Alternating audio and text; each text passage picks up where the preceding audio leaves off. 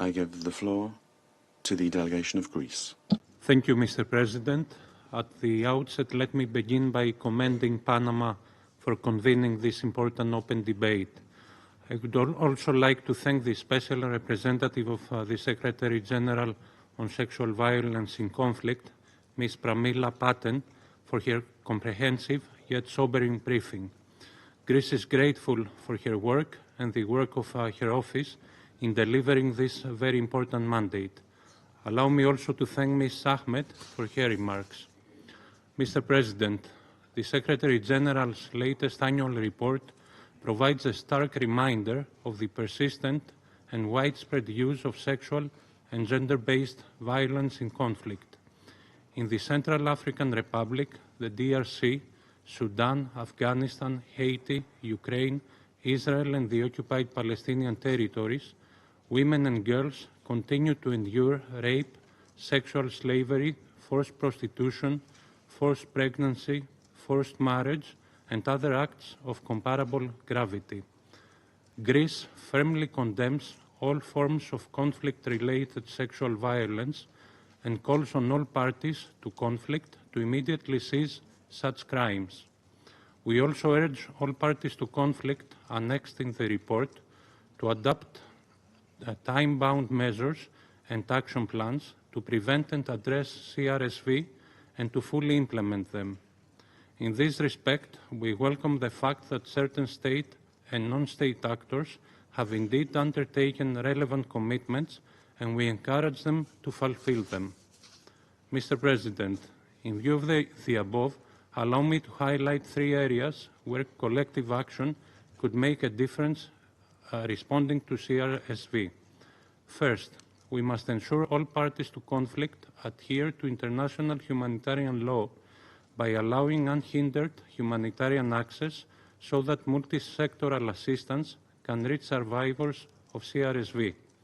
Access to life-saving services should be inclusive, survivor-centered, and grounded in international human rights law, developed in close cooperation with relevant UN mechanisms and civil society organizations active on the ground.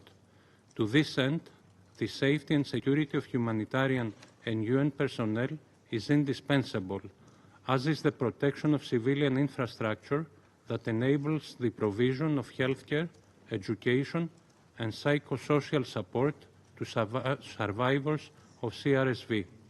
Second, we need to empower survivors and heal the physical, psychological, and intergenerational trauma they have suffered.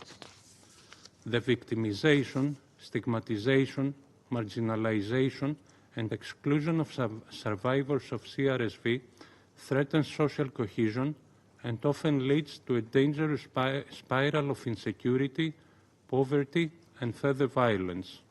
By including survivors in all stages of prevention, protection, relief, and recovery from CRSV, we are able to heal its long-term effects.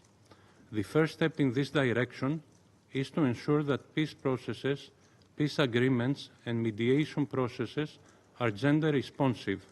However, the real step towards empowerment is to engage survivors of CRSV in these processes and enable their full, equal, meaningful, and safe participation. Third, at the level of the United Nations and the Security Council, we must employ all available tools. In the context of mission transitions and drawdowns, no effort should be spared so that CRSV protection know-how is transferred and not lost. This could be achieved by retaining or further deploying women's protection advisors.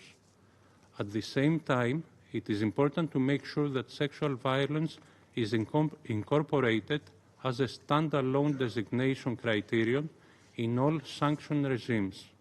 And of course, all international accountability avenues should be explored to address CRSV and uphold the rights of survivors.